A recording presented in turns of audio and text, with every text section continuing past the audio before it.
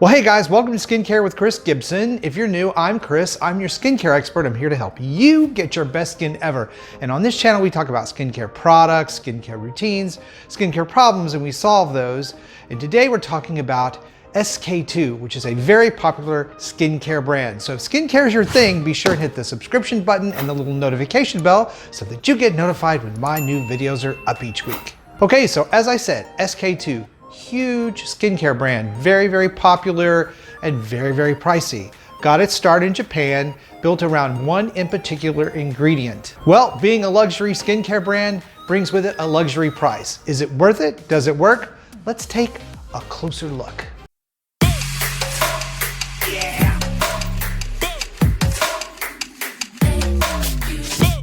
Well, the premise of SK-II's entire brand is built around one skincare ingredient that they call Pitera, which is also the basis for its cult following signature skincare product, facial treatment essence. Now, Pitera has a really interesting history, and it all started when SK-II was starting as a skincare company again in Japan, when they had their scientists go out and look to find a key ingredient that they could use to build the entire skincare brand around. Now in Japan, they approach skincare very differently than we do. It's very minimalist, and they use a lot of herbs and plant material that we don't typically think of using here in the US. And that shows up in a lot of the overseas or Asian brands. Now, as the scientists were out looking for these key ingredients, they had heard through the grapevine that there was a group of people that worked in a sake factory that had very youthful looking skin on their hands, and they were elderly. So they had basically older looking skin on their face, their neck, their arms, everywhere else, but not their hands.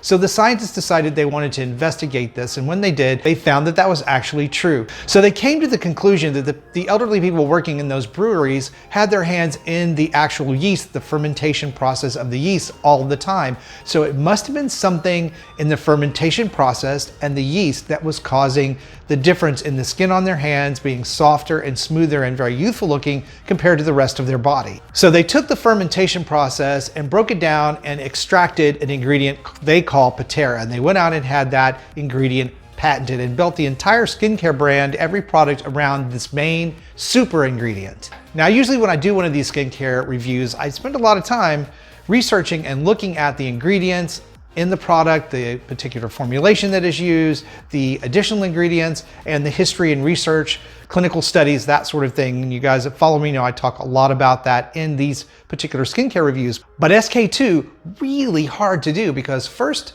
and foremost, their main ingredient is patented. So it's locked down tighter than a drum, so to speak. You can't get in there and see exactly what that is or how they say it works. And second, it was bought out in 1991 by Procter & Gamble, which is a huge consumer products company, everything from dish detergent to cleansers to shoe polish to furniture polish.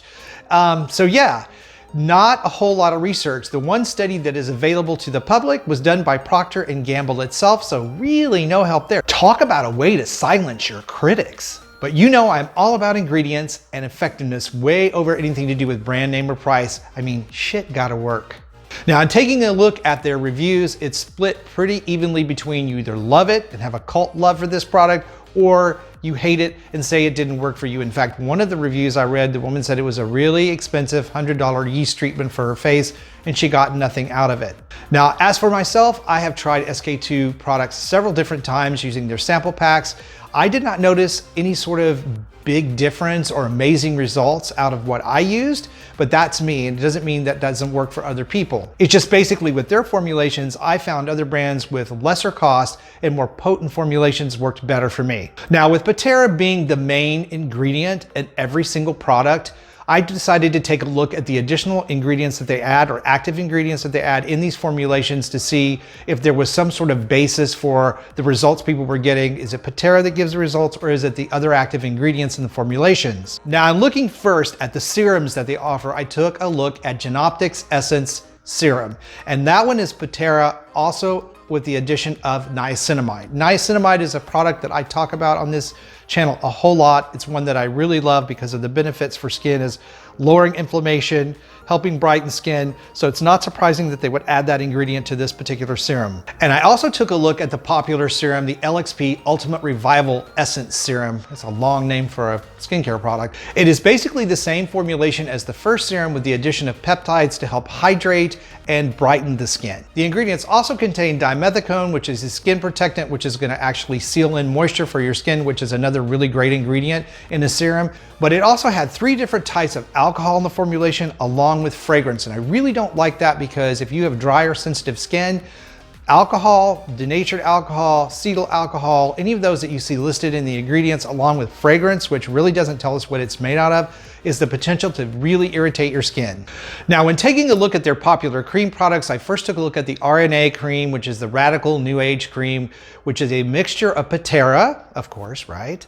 And shea butter and niacinamide. So this is going to be a very soothing type of cream to use on the skin. It also has the additional ingredient chlorella, which is basically algae or spirulina.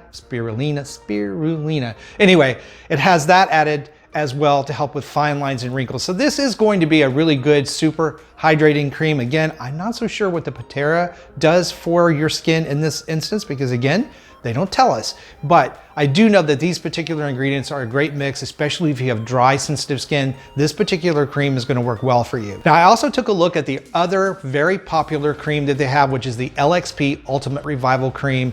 It is Pitera along with niacinamide, jojoba oil, botanicals, and zinc. So this is a slightly different formulation. It's going to be a little bit richer, especially with the botanical oils in it. So again, if you have dry or sensitive skin, it may be a problem for you. And again, I don't know what Pitera is really doing for you other than the yeast ingredient in the mixture, but it is a solid ingredient cream for hydration. Now, the interesting thing to me about these formulations is they don't include hyaluronic acid in any of them, which is a really proven skin hydrator. So I'm surprised that those are not included in these formulations. And now, of course, it wouldn't be an SK2 review if I didn't move on to their quite famous facial treatment masks.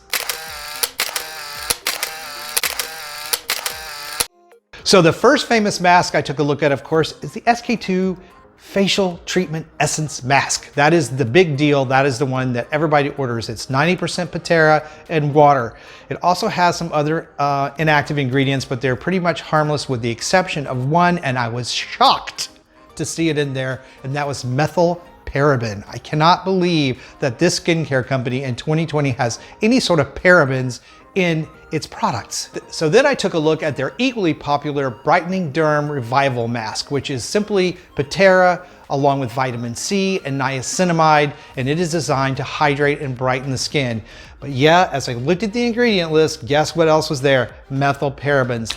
Okay, it's really important to stop here for just a second and remind everybody what the big deal is about parabens. And I know you don't hear about them very often anymore because most of the time, most of the companies, most everyone has taken them out of their skincare products. Surprising that they're still in this one. But the deal with them is that over time, as you use a skincare product, methylparaben can build up in the skin structure, in its cellular structure. And then when the skin is exposed to sunlight, UVA, UVB light, it can cause and induce cell damage, structural cell damage to your skin, which can lead to things like skin cancer. So it's very important to understand what that ingredient is so that when you see it in the label, in ingredients, you can make a decision whether you want to put that on your skin or not. So SK2 also has many other products like cleansers and specific formulations for specific skincare problems, but they are all based around Pitera. So it's really hard to know when you look at these, is it the Pitera that's actually delivering results, or is it the other active ingredients that we all know work really well that have been added to the formulas that are delivering the results? Really hard to know. Also, their formulas almost always have alcohol, fragrance, and now we found parabens in a couple of the masks. You know, it really is kind of interesting that this skincare line is so high end. It's a luxury brand. It costs a lot of money, but yet it has these type of ingredients in it. I don't like that so much. So what's the final word on SK2? With little verifiable information or research on Pitera, I can't really say whether it works or whether it's delivering results or if it's the other ingredients in their formulations that are doing all the heavy lifting, you just can't know. And with that really high price point, it's priced out of a lot of people's budgets. I know it's priced out of mine. So when I think about it, there are really other brands and formulations that are just as potent, if not more so, for a whole lot less moolah. Now, if you're using or have used SK-II products, please let me know in the comments below what your experience has been with them. I'd really love to know if they worked for you, if they didn't work for you, really what your experience was. And also let me know what your top skincare concerns are. I love reading the comments from you guys. I will answer them, I promise you. I answer all of my comments. Now, I hope this video helps you decide if SK-II's products are a good fit for your skincare routine. Please be sure to check out my other skin brand reviews. I'll put those right over here for you. Thank you guys so much for watching and supporting the channel. I love you guys, stay beautiful, and I'll see you over on the next video.